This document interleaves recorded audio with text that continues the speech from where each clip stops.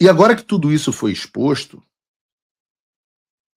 todos os políticos da oposição devem encaminhar isso ao Ministério Público.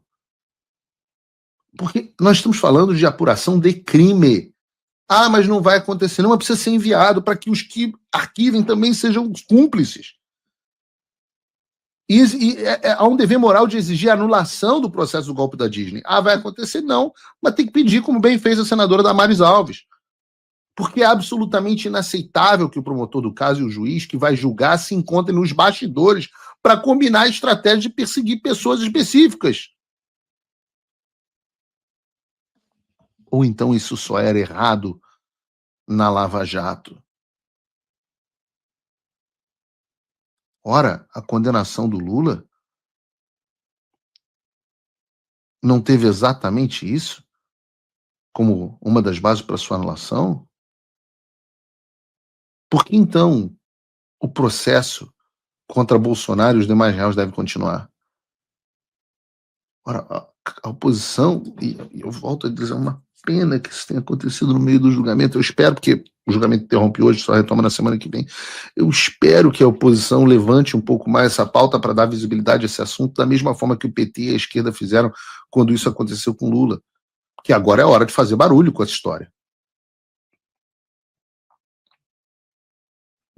Enquanto isso, eu digo a vocês, a pressão política, quando acompanhada de uma boa estratégia de execução de um bom plano, surte efeitos. Eu já falei aqui que uma das piores características da direita brasileira é, sem dúvida, a falta de estratégia, mas também o derrotismo. E o derrotismo leva a uma má estratégia. Tem muita gente que prefere não fazer nada e pagar de cético, dizendo, não, não vai dar certo, agora acabou, não tem mais o que fazer, não tem mais solução. Eu sempre digo, gente assim nunca conquista absolutamente nada na vida. Vive de comemorar as conquistas das pessoas que tiveram coragem de acreditar nas coisas que pareciam improváveis. Mas enquanto esses derrotados choraram na cama, tem muita gente trabalhando, não tanta gente assim, mas tem algumas pessoas trabalhando nos bastidores para que essas coisas que eram improváveis comecem a ser um pouco mais reais do que o esperado. Um bom exemplo disso é a anistia. Há 1 mês e meio, todo mundo estava totalmente desacreditado na anistia. Tinha gente dizendo que não tinha como pressionar o Centrão, que a pauta tinha morrido e por aí vai. Hoje, porém, qual é o panorama? O panorama atual foi exposto pelo atual, pelo deputado Sóstenes Cavalcante, o líder do PL na Câmara. Ele disse no X. Hoje, no dia 3 de setembro, a anistia conta com o apoio de 45 deputados do PSD, 50 do PP, 59 do União do Brasil, 45 do Republicanos, 5 do Novo e 88 do PL, um total de 292 votos, uma maioria esmagadora na Câmara dos Deputados. Precisa de 257 para passar, né? E aí eu pergunto a vocês, como que isso foi construído? Quem construiu? O desacreditado que disse que não ia dar certo ou os corajosos que foram que fizeram as conversas com os políticos do Centrão, com os deputados dos partidos, que criaram mecanismos de pressão internacional? E digo mais, se a conta do deputado Sóstenes proceder, então nós vamos saber, para além de qualquer dúvida, isso é importante, não é saber, nós vamos documentar que o deputado Hugo Mota é o último entrave para a anistia, o último e único entrave. E se ele insistir nisso, passa a ser formalmente cúmplice com apoio material da conduta de um sancionado pela Lei Magnitsky. Passa a ser um candidataço para sanções. E é isso. Ontem, por exemplo, uma jornalista da grande mídia, bem conhecida, vocês sabem quem é naturalmente, mas eu não vou dizer quem é, me ligou dizendo o seguinte, olha, eu tô te ligando para dizer que você tinha razão, eu vou dar o braço e torcer. Eu ainda brinquei dizendo assim, pô, mas querido, tenho razão com o quê? Né? Porque eu tenho razão em tanta coisa que eu não lembrava nem mais do que se tratava. Aí ela, obviamente, me zoou, né? Mas disse assim, pô, você tinha dito há 2, 3 semanas atrás que não tinha a menor... Eu tinha dito a você que não tinha a menor chance da anistia ser pautada na Câmara, que não ia ser pautada, e agora a conversa em todos os corredores é sobre a certeza de que a anistia será pautada.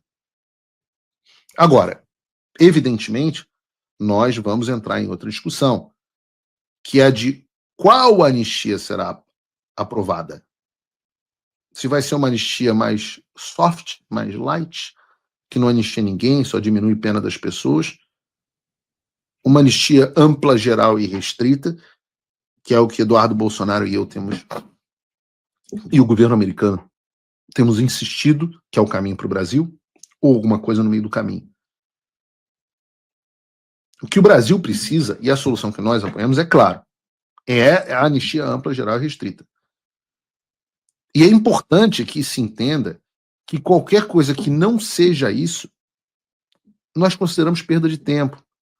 Não contará com o meu apoio, que é pouco importante, mas o apoio do deputado Eduardo Bolsonaro, como, aliás, bem noticiou o Estadão. Está aqui, enquanto o Tarcísio negocia a anistia, Figueiredo diz que ela só vale se for ampla, geral e restrita. Aí eu voltei a ser para o Estadão. Bloqueiro bolsonarista. Eu não sei quem é o repórter, a logo do Paulo Figueiredo Show tá na frente. É a Bruna Rocha. Bruna Rocha me chama de blogueiro bolsonarista ainda. E é óbvio que nós não controlamos tudo, mas tenho a certeza que o objetivo não é simplesmente tirar o Bolsonaro da prisão, mas é também liberar o presidente Bolsonaro. E vamos falar sobre isso. Agora, se aprovar uma anistia para inglês ver, uma anistia que não é a anistia para o americano ver, eu digo para vocês, as pedradas dos Estados Unidos continuarão vindo. E essa é uma mensagem, inclusive, ao senador Davi Alcolumbre, porque, segundo reportou a Folha de São Paulo, e eu não acredito, ele estaria rejeitando uma anistia ampla, geral e restrita, dizendo que vai colocar para votar no Senado um texto alternativo de autoria dele. Volto a dizer, essa anistia dele, inclusive, não liberaria o presidente Bolsonaro. Davi Alcolumbre, eu sou louco para te sancionar. Eu não tenho esse poder. O governo americano tem. Eu sou louco para te sancionar. Faz isso. Mete esse textão aí. Bota a tua assinatura, cara. Porra, me dá esse presente. Porque eu te garanto, não terá apoio da nossa parte, não resolverá os problemas com os Estados Unidos. E além de não pacificar o país, não tirar as tarifas, não interromper as sanções ou retirar algumas das sanções que podem ser aplicadas a indivíduos ou até ao próprio país, essa anistia não resolve o nosso problema político-social. Ou seja, não resolve absolutamente nada. Então a anistia é, sim, ampla, geral e restrita. Ou não serve para nada. E se o presidente do Senado não entender, então, antigamente, esses caras faziam o que queriam e não havia consequências. Agora há consequências. Alcolumbre, seu antecessor, ele e os seus familiares perderam visto para os Estados Unidos. Foi um bom primeiro passo, mas não é o último. E você? Eu digo, Hugo Mota já está cedendo. Eu acho que a vez do Alcolumbre vai chegar também. Vamos aos poucos. A janela de oportunidade está se abrindo, as coisas estão acontecendo nos bastidores. O que importa é que muita gente poderosa, muita gente da elite econômica, muita gente com influência, está entendendo o recado. E aí o clima que era de otimismo em relação ao sistema e aos seus integrantes começa a dar lugar à realidade. A realidade é um clima de velório. Tem gente que já percebeu que o barco está furado, o Titanic está afundando, e podem ter certeza. Cadê a música do Titanic, Bruno?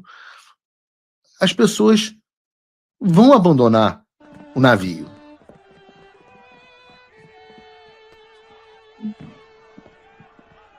Nesse sentido, a forma que as coisas estão mudando é que ontem a Federação União Progressistas, que é a composição do União Brasil com o PP, anunciou que está rompendo com o governo Lula.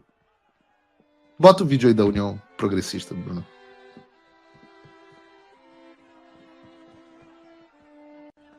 Não tem vídeo?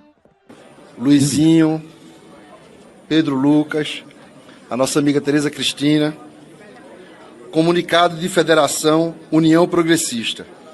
Informamos a todos os detentores de mandato que devem renunciar a qualquer função que ocupem no governo federal.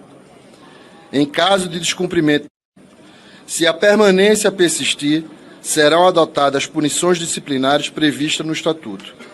Esta decisão representa um gesto de clareza e de coerência. É isso que o povo brasileiro e eleitores exigem dos seus representantes. Brasília, 2 de setembro de 2025. Muito bem. Meu amigo, o último que sair apaga a luz, porque todos os integrantes desses dois partidos que ocuparem os cargos do governo Lula devem deixar os cargos imediatamente. Isso afeta duas pastas no governo Lula: o Ministério do Esporte, o deputado e ministro André Fufuca. Realmente a gente tem um cara chamado André Fufuca, eu não invento esse tipo de coisa, e do Turismo, o deputado Celso Sabino. Agora, mais do que cargo na burocracia pública, esse posicionamento da União Brasil e do PP demonstra duas coisas. Primeiro, que o Centrão já começou a precificar a derrota do Lula em 2026. Ora, se eles achassem que o Lula tem chance, com certeza não estariam deixando o governo, não estariam largando a mão do governo. Aliás, há de se perguntar o que o PP, o partido da Tereza Cristina e do Ciro Nogueira, ambos ex-ministros do governo Bolsonaro, estavam fazendo até hoje, compondo a base do governo Lula. Essa é outra história. Mas isso nos leva ao segundo ponto, que é o seguinte: se o Centrão não está apostando no Lula como candidato em 2026, em que eles estão apostando? Ora, o Estradão trouxe uma reportagem interessante sobre esse assunto. O título é o seguinte: direita impõe contrapartida a Bolsonaro e evita entregar a anistia de mão beijada. Entenda, a ideia geral do que trouxe o Estadão, e que está circulando de fato nos bastidores de Brasília, é que o Centrão não quer entregar a anistia de maneira tão simples assim. Tá bom, terá a anistia, mas a contrapartida para o apoio deles seria a garantia de que o presidente Bolsonaro escolheria Tarcísio como seu sucessor para 2026, tirando da jogada Eduardo, Michele, Flávio ou qualquer outro possível candidato. Essa informação procede? Bom, vocês devem me considerar uma pessoa que tem muitas informações de bastidores. Eu vou dizer para vocês, eu não sei. Eu realmente não sei. O que nós vimos é que o Centrão passou a se movimentar de maneira muito mais ativa em defesa da anistia e que o próprio Tarcísio afirmou, como afirmou, aliás, o próprio senador Flávio Bolsonaro, entrou de cabeça na articulação pela anistia. Afinal, o Tarcísio estava com o Marcos Pereira discutindo a anistia no início dessa semana. O mesmo Marcos Pereira que disse que só poderia ter anistia depois das pessoas serem condenadas pelo STF. Lembra lá atrás?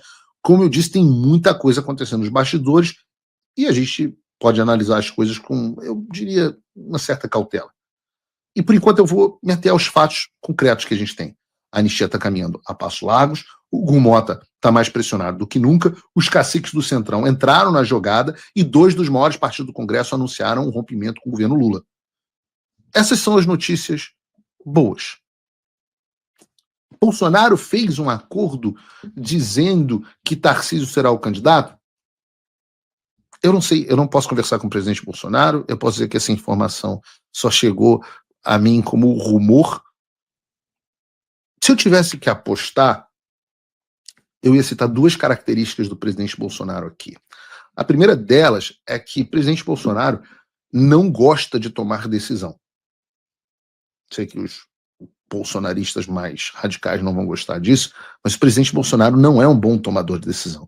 Ele deixa sempre para tomar as decisões no último minuto. Pela insegurança, pela dificuldade de ver estratégias e caminhos, ele deixa para tomar as decisões no último minuto, muitas vezes tarde demais. Dizer que o presidente Bolsonaro está em 2025 tomando uma decisão que ele tem para tomar até meados de 2026, me parece improvável. A segunda característica é que, perguntem aos aliados, as pessoas não gostam, lamento, dever jornalístico, perguntem aos aliados. O presidente Bolsonaro não é bom cumpridor de acordo. É isso mesmo que você está ouvindo. Normalmente, as coisas que o presidente Bolsonaro combina, ele não cumpre. Isso é uma coisa dita pelos aliados dele, pelas pessoas que gostam dele. E é uma das dificuldades que ele tem em fazer política.